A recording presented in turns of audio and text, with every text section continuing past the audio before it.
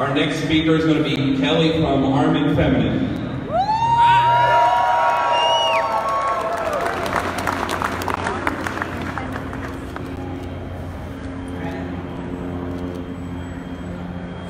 How's the volume back there? A little better? I want to thank Justin and the organizers who had the courage to stand up and bring our First Amendment right to assemble right here to the City County Building steps. And he's right, it takes courage. I had a lot of people say to me, don't do that, don't go there. People are going to make fun of you. You know, you're going to get crucified. And I thought, big deal, big deal. If everybody felt that, and if everybody knelt down, then we wouldn't have this opportunity to fight for what's rightfully ours. And so I just want to say thank you.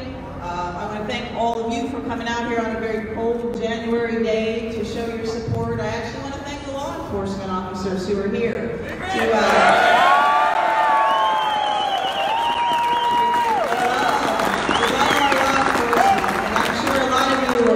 supposed to be off today and you had to work and just so you know, we really appreciate your presence here to make sure that everybody stays safe.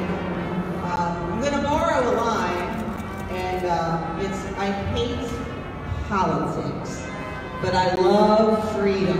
Yeah, baby. You know, I had people say, people who are on this panel, you know, nobody's from Pittsburgh. Well, I've been from Pittsburgh. I grew up just 13 miles south of this city my whole life.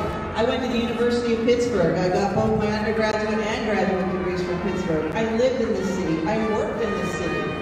I have friends and family who live and work in this city. When somebody asks me where I'm from, I affectionately say Pittsburgh. And it's always been something I've been proud of. I want to continue to be proud to say I'm from Pittsburgh. Well, I'm here to stand for the underrepresented voice in gun ownership, women. Yeah! Nobody thinks of the women's voice when the Second Amendment comes by. We're here to change that. The co-eds, the moms, the wives, the grandmas. You know, I was going to talk about how for a century, women have fought for different kinds of women's rights. The right to vote, equality in hiring practices, equal pay for equal work, all of those things. We've come a long way in this fight for equality. And now, this pending legislation stands to remove all of that equality from us. You know, but this whole rally is really about the preemption of firearms laws. If you guys have read this, I'm going to take a minute and just give you a little bit of legalese about what this is all about, truly. Yeah, it's a little bit about gun control. There's a lot of it about that. A lot about getting rid of your concealed carry. A lot about giving up your freedoms and protection. But the actual law says, in Pennsylvania, no county, municipality, or township may in any manner regulate the lawful ownership, possession, transfer, or transportation of firearms, ammunition, and ammunition components when carried or transported for purposes not prohibited by the Commonwealth. So what this means is, they can't do it. Right. If every single township and every single municipality chose to invoke some sort of law, how could we know that? How could any of us ever be lawful, responsible gun owners if everybody did that? It's plain, right, illegal. Yes. The politicians and government need to be accountable to the law, just as us, everyday citizens, need to be accountable to the law.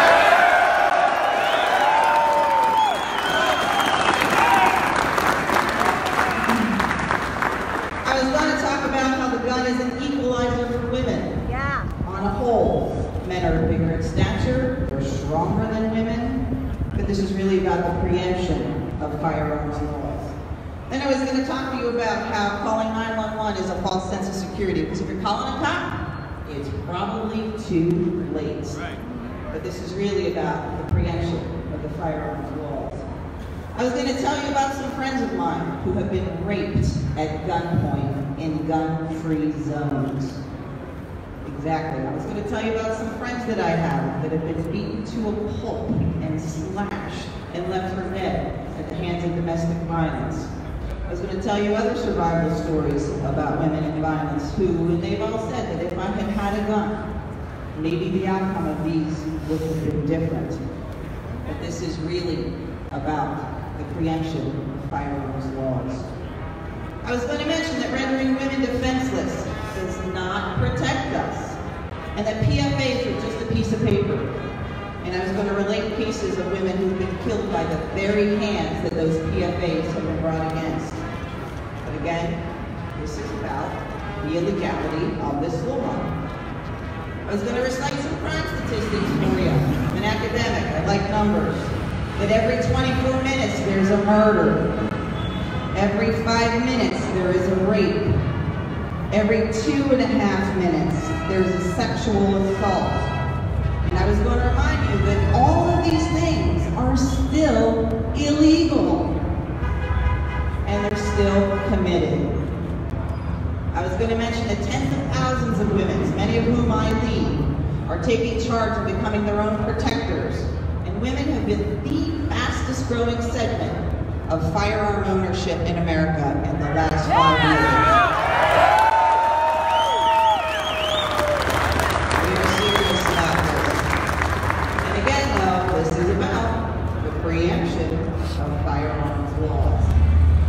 I was going to mention to you that every single student that I have had, or nearly every single one, and they go from ages of 18 to 85, they all come to me wanting to learn to be safe and learn how to shoot guns, and they're saying, I want to do this for self-defense.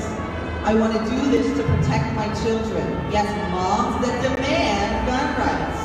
Moms demand gun rights. But again, this is about the preemption of firearms laws. I'm going to tell you a story about when I was in D.C. I have some friends of mine here. I happen to be the Pennsylvania delegate for the D.C. project. And that is where one woman from each state descends on to D.C. to meet with their senators and their congressmen about two-way rights, coming from a women's perspective because they don't really understand that. We offer ourselves out to be resources for them as well before they use wrong vocabulary or initiate laws that make no sense. And my friend back here will appreciate this. We had one team who met with the senators, staffers from California. And here we are, a lot of women sitting around, and she walks in and she says, you don't look like gun people. I wonder how the gun people look like. Okay? Gun people look like me. They look like Justin. They look like this lady here. They look like all these women. They look like all of these men. It doesn't have a color. Gun ownership doesn't have a profile. We've got to stop this profiling of gun ownership equating to evil, because it's not. It's not. I was going to talk about that the problem isn't the gun. Our first speaker said the exact same thing. That gun is a tool. It's an inanimate object. The problem is the culture of violence in our community. The violence culture that's embraced by Hollywood with the action movies, right? Yeah, it's about the video games. People say that's not true, but you score more points for killing more people. You get more points for headshots. It's violence in our video games, ingrained in our kids. These crazy people that do live shots or YouTube videos with violent antics that get millions of views. This is about violence. This is about violence. Our society has lost its civility and its manners, and we need to take it back. Justin, said something about it. We want to work together to figure out the real problem, to their solutions to the real problem, not just symptomatically treat something that's not going to happen. Yes, civility and manners. Where did it go? Where did they go? We need it back. So when we talk, thank you. My father-in-law probably would be rolling over in his grave. He used that all the time. So we want to talk about violence. It's everywhere. And it's not just like guns. There's violence with knives, violence with vehicles, violence with fists, you name it. It's just different tools of the same disease, violence. Not gun violence, just violence. We need to get back to the basics of teaching respect for one another. Justin alluded to that as well. We need to show zero tolerance for violence with consequences. We need education, and we need discipline, and it's a must. I was going to remind you that criminals don't follow laws. Right? How many criminals follow laws? Zero. That's why they're criminals. And that responsible gun owners do. And that no law is going to stop the criminal mind, right? In fact, more gun laws make it easier for criminals to carry out their acts because their prey, who are us, who do follow the gun laws, become softer targets. And again, this is still about the preemption of firearms laws. And I wanted to be angry about this proposed legislation because it would force me to choose between being a felon in this city just by carrying a semi-automatic firearm. I would be a felon just by driving through this city by carrying a semi-automatic firearm. Or I could choose to place my life at risk. What kind of choice is that? Who gives somebody a choice like that?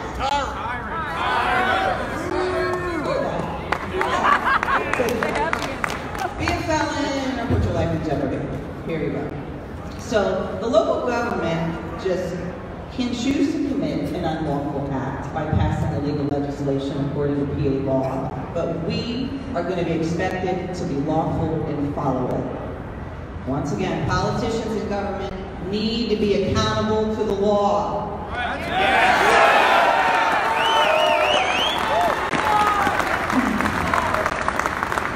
I want to share with you a little snippet from an article that I just read in Women with Guns magazine, and it was written by an attorney, and she was defending the gun control. She had the arguments in, and unfortunately they lost in Boston. And she said they, meaning the city councilors, they agreed that the ordinance that they passed would not accomplish anything, but they passed it anyway, saying that they just wanted to make a statement.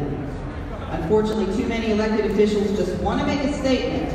They want to look like they're doing something about a problem, when in fact, they're really doing nothing. And that this law will do nothing to prevent violence. We're not really sure why do something has to equal ban something. Why is that? None of us wants anybody to be murdered. None of us wants anybody to be raped. None of us wants schools to be shot up. We need to be working on solutions addressing violence without infringing on the rights of the responsible gun owners.